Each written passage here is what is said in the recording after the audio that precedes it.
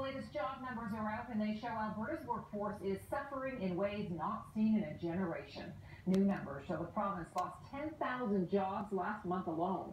Our unemployment rate now sits at 7.4%, the highest in 20 years, even higher than the national average.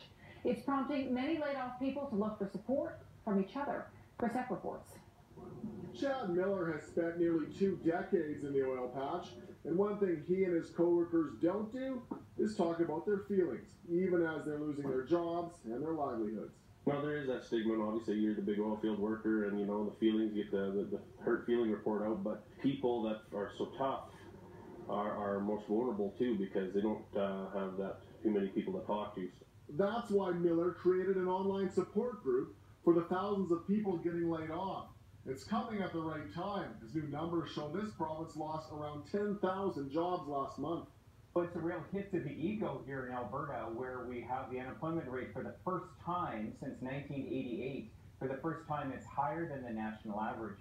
And I do think that will result in a little bit of out-migration on a net provincial basis. The federal government keeps saying it will help Alberta through this, though the Natural Resources Minister, passing through Calgary on Friday, says the province needs to help itself. We know that Albertans have become leaders in innovation and are entrepreneurial by nature, and that it is that commitment to innovation that will help us get through this tough time.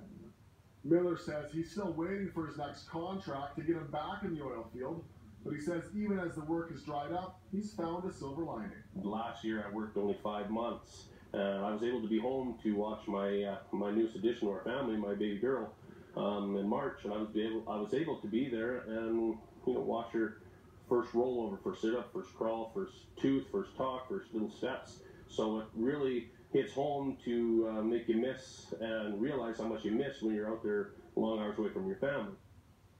And Chris joins us now with more. Chris, Alberta does seem to have gotten the worst of it this time around.